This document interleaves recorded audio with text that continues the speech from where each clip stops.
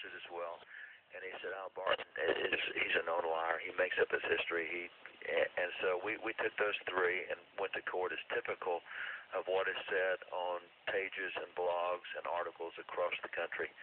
And so I learned a lot from history, and there was a great example that with two founding fathers, both of whom signed the Declaration, they had real problems with detractors in their day.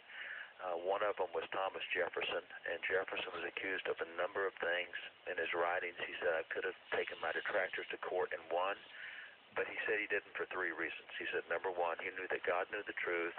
Number two, he knew that those people who lied about him would stand before God to be judged. And number three, he said he trusted the instincts of the people. They would know better. But the problem is that now 200 years later, in current writings, people say, well, Jefferson never denied those charges, so they must have been true.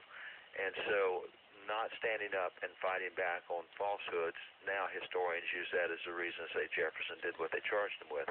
On the other hand, Benjamin Rush, signer of the Declaration, was accused by a guy named William Colbert of all sorts of crazy stuff. They called him a quack physician and etc.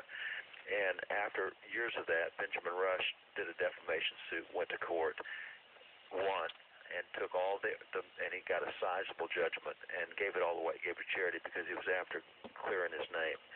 And now historians look at Benjamin Rush and say, well, he won that defamation lawsuit, so clearly what the other guy said was false. And I saw from that if you don't stand to defend your reputation, then in history you go down with... It's a very great story to tell why you did it.